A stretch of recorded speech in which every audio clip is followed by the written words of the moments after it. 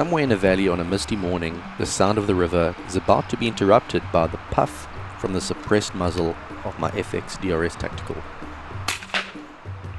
Using a rock across the river as a target, I'm in the process of doing a quick zero check before we head out on foot in search of Dassies.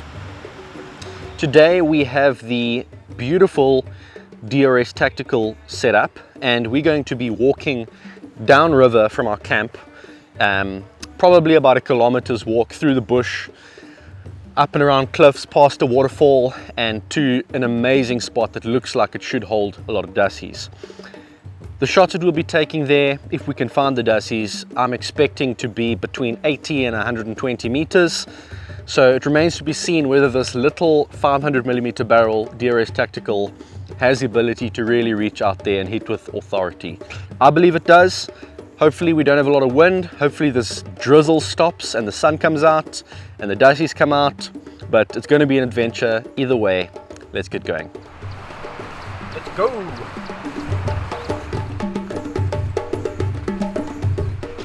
Porcupine Quill, about 50 meters from our camp. There's lots of interesting things walking around here.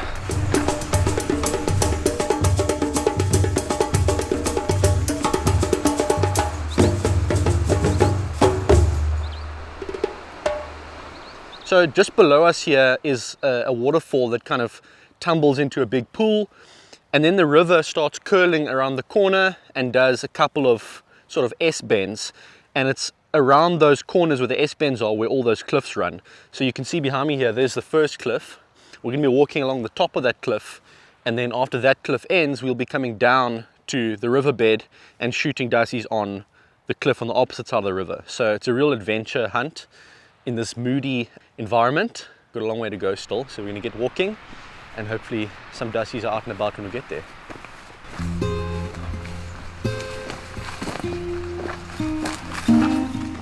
We stop momentarily at a lookout spot above the base of the waterfall.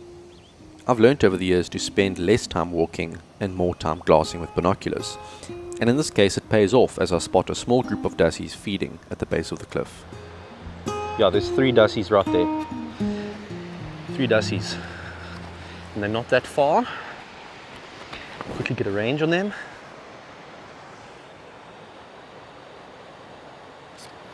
"70 meters. We're in business.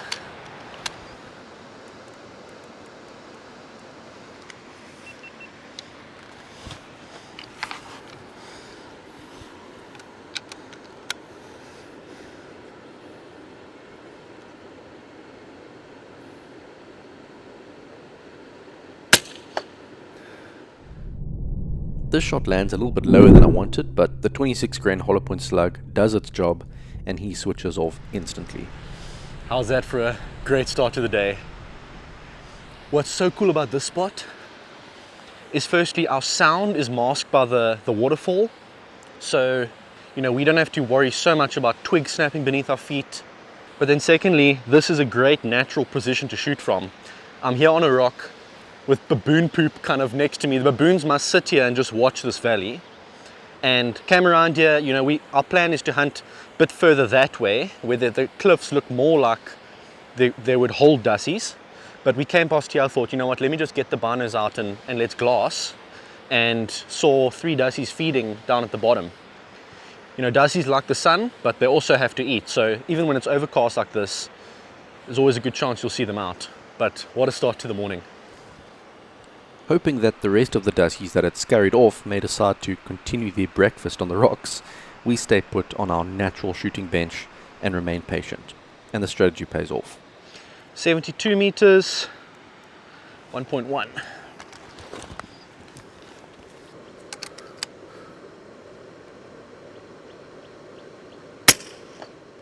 Dead.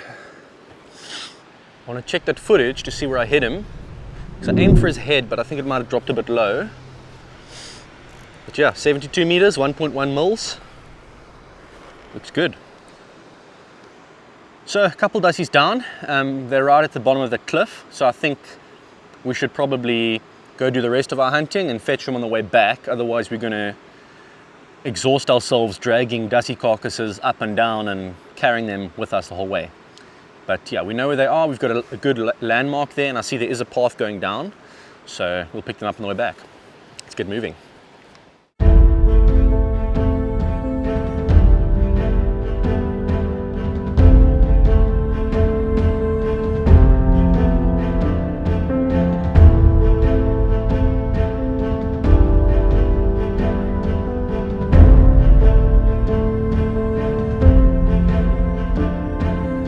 As we move further downriver, the valley gets deeper and the cliffs get higher. It's a Dassie paradise. Part of us wanted to take the walk slow and just enjoy all the small treasures we found along the way, but with the wind starting to pick up, we needed to stay focused and keep on moving. This place is insane. We're at the river's bend over here, so we've basically got cliffs 180 degrees all around us. And this mist just adds to the atmosphere here. I've no doubt there's hundreds of Dassies all around here. I think the challenge is going to be getting close enough for this gun. There's definitely no substitute for ballistic coefficient, and unfortunately with a shorter barrel we have to shoot lighter slugs. We're shooting 26 grain slugs, so I can't stretch this to the distances that I normally would with the impact and the longer barrel. Especially with the wind picking up now, we're going to have to try get within 100 meters, I'd say. So yeah, we're going to follow a road down. Lots of promising looking cliffs here. We'll try get as close as possible to the cliffs, and then we'll set up with a tripod, start glassing, and hopefully get a few down.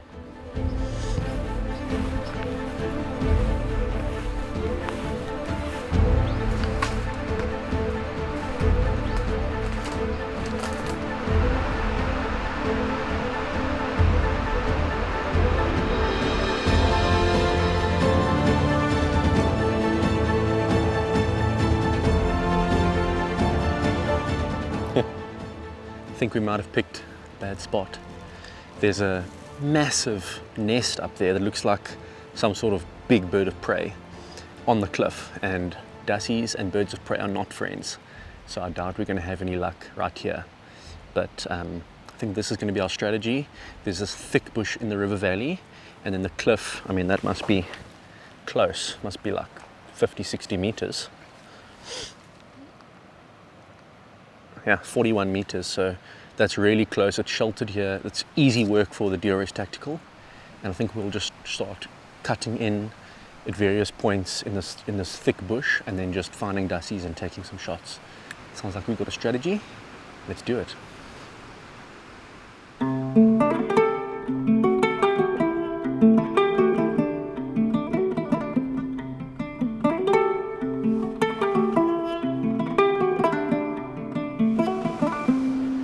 Love to see a monkey just pop up right here. I want to smoke a monkey, but I think it's just wishful thinking at this point.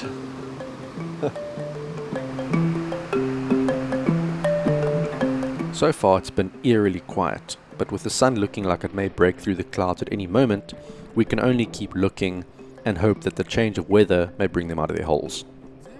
We decide to move towards one of the larger cliff faces along the river. This location will require longer shots, but we'll have to take what we can get. Okay, we're in business. Just spotted 3 or 4 Dassies on one particular spot there. It's 200 meters away, so if we can close in another 120 meters and get in those bushes, which we should be able to do, then I think we're in business. And generally speaking, where there's 2 or 3 Dassies, there's generally a lot.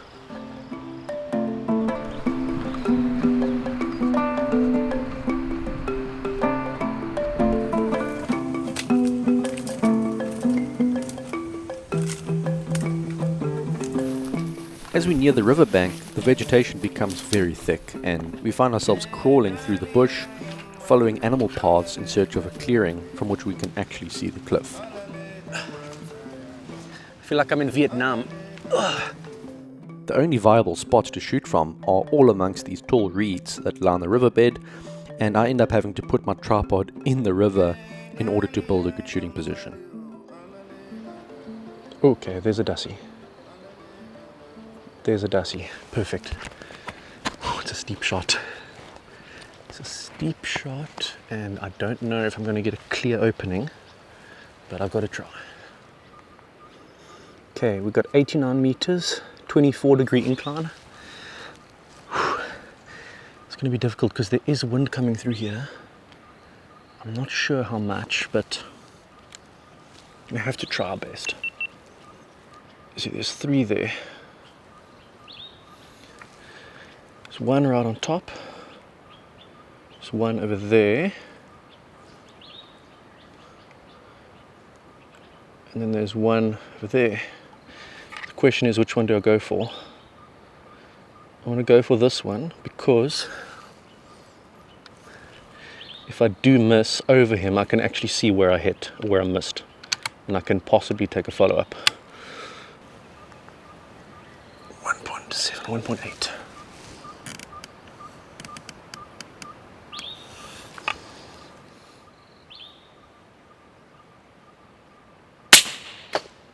Dead.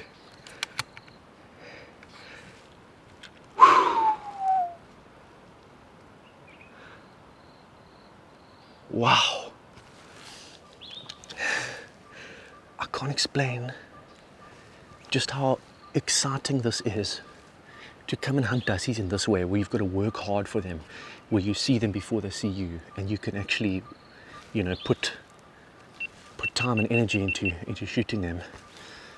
I actually get more buck fever from this than I do shooting kudu, impala, antelope like that. Honestly, I love dassie hunting with air rifles. And that one, 89 meters, 24-degree incline.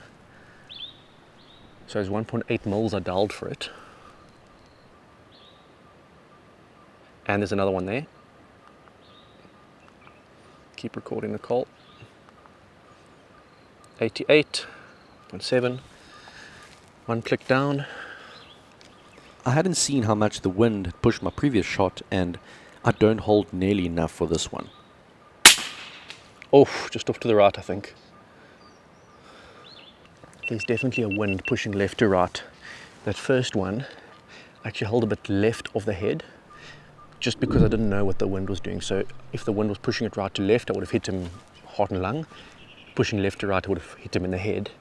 And I didn't hear or see where the shot was, I just saw him full dead. So yeah, but let's stay here. There's a few dassies here. The only problem is we're never going to retrieve that thing. Never. That dassie is not retrievable.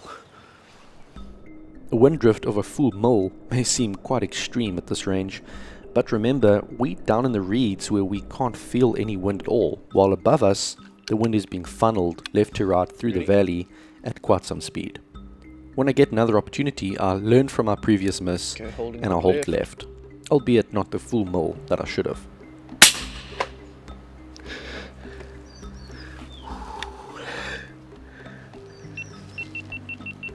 Wow. Yeah, one definitely pushing left to right. Hold a bit left, squeeze off the trigger, and just saw hit him perfectly. Wow, this is fun. It feels like we're almost like hidden from everything up there. I only have a space of a few centimeters through these bushes that I'm shooting through. So the dassies must, I mean, even if they know that we're here, they must hardly be able to see us, because yeah, we are well and truly hidden here. And that one appeared on that same cliff face, and I absolutely dropped him, and he just fell down all the way down to the bottom. Incredible. I think that was 86 meters. Yeah, 86 meters, 1.6 mils. Normally it would be more than 1.6, but because of this crazy steep incline, we don't have to dial as much for elevation.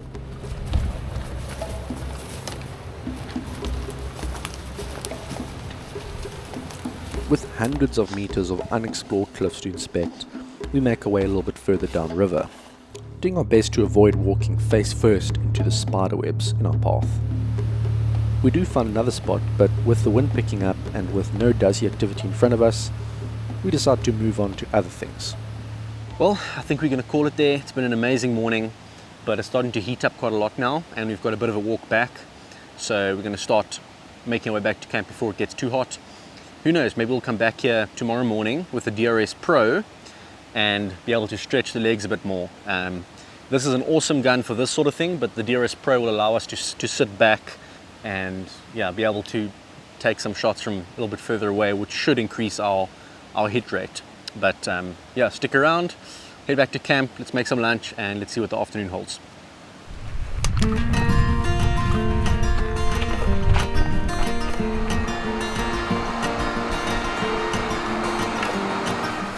Back at camp. Time for a swim now. Oh.